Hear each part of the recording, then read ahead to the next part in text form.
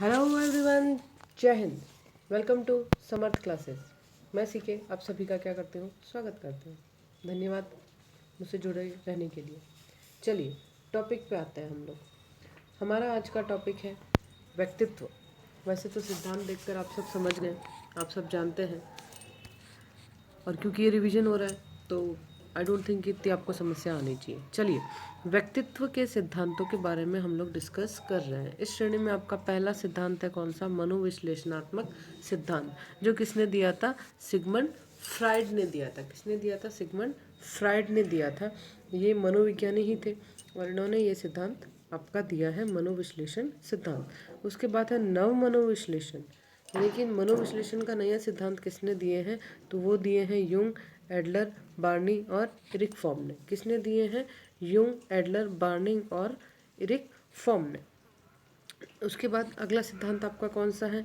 जीवन अवधि उपागम सिद्धांत। जीवन अवधि उपागम सिद्धांत, और ये किसने दिया है? एरिक एरिक्सन ने दिया है। किसने दिया है? एरिक एरिक्सन ने दिया है। शील गुण उपागम सिद्धांत, ये किसका है? ऑलपोर्ट का है। शील गुण उपागम सिद्धांत ऑलपोर्ट।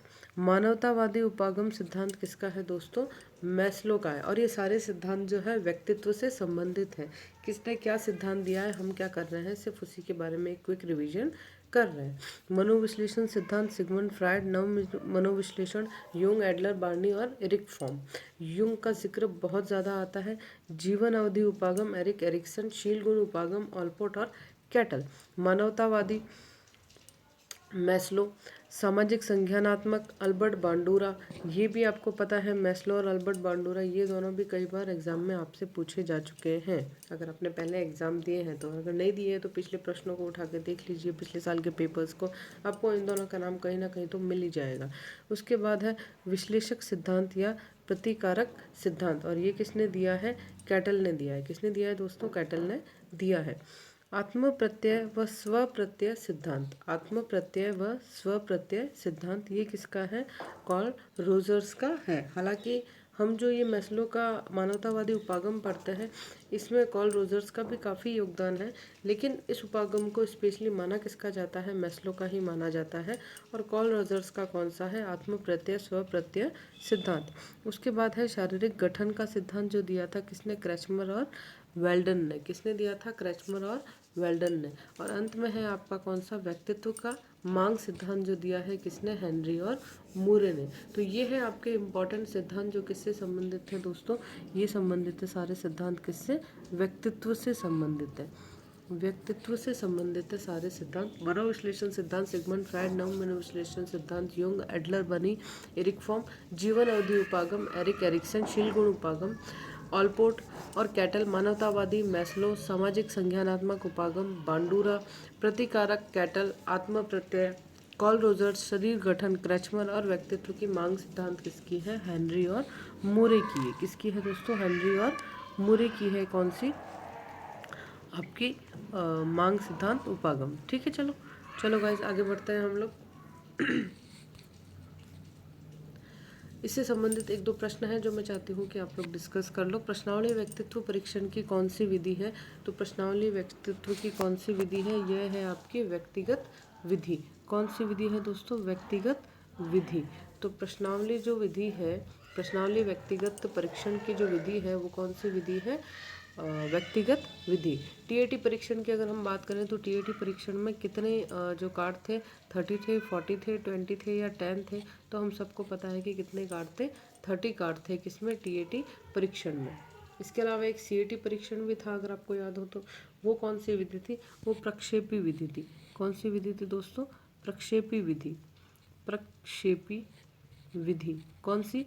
सीएटी। सीएटी ये क्या है? प्रक्षेपी विधि है ना। हमने टीएटी और सीएटी दोनों कार्ड के बारे में पढ़ा है। सीएटी क्या है? प्रक्षेपी विधि है। अगला प्रश्न देखिए, व्यक्तित्व का स्थायी समायोजन है किसके साथ? पर्यावरण के साथ, पर्यावरण के साथ, जीवन के साथ, प्रकृति के साथ या उपयुक्त सभी के साथ। स्थायी समायोजन की बात हो रही है, तो स्थायी समायोजन पर्यावरण के साथ भी होता है, जीवन के साथ भी होता है, प्रकृति के साथ। तो जब पर्यावरण के साथ है तो प्रकृति तो वैसे भी हमारे साथ हो ही गई। तो सही उत्तर क्या हो जाएगा दोस्तों?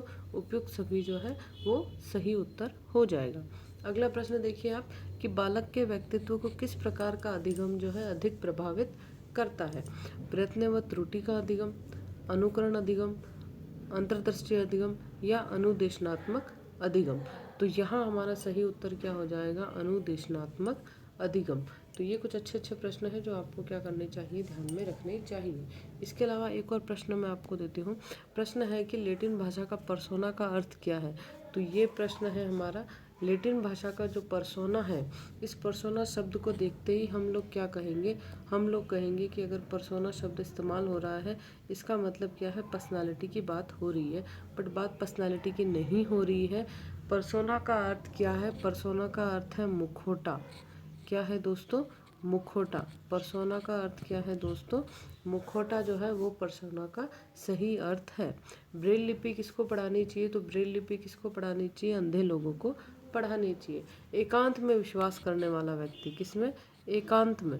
जो व्यक्ति एकांत में विश्वास करता है वो किस तरह का व्यक्ति कहलाता है, अंतर्मुखी, बहिर्मुखी, उभयमुखी या शून्यमुखी।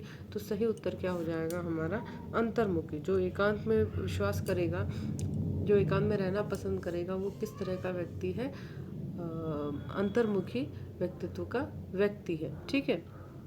इसके अलावा अगर हम बात करें कि अंतर्मुखी व्यक्तित्व की विशेषता क्या होती है, तो अंतर्मुखी जो व्यक्ति होता है उसमें सामाजिकता गुण की क्या होती है, कमी पाई जाती है। यानी कि वो सोशल नहीं होता ज़्यादा। जो व्यक्ति अंतर्मुखी होगा वो क्या नहीं होगा दोस्तों, सोशल नहीं होगा। ठीक है। उसके बाद हम बात करते हैं अगले प्रश्न पे। अगला प्रश्न अगर आप ये है कि बच्चे का जो विकासशील व्यक्तित्व है वो किसके द्वारा प्रभावित होता है।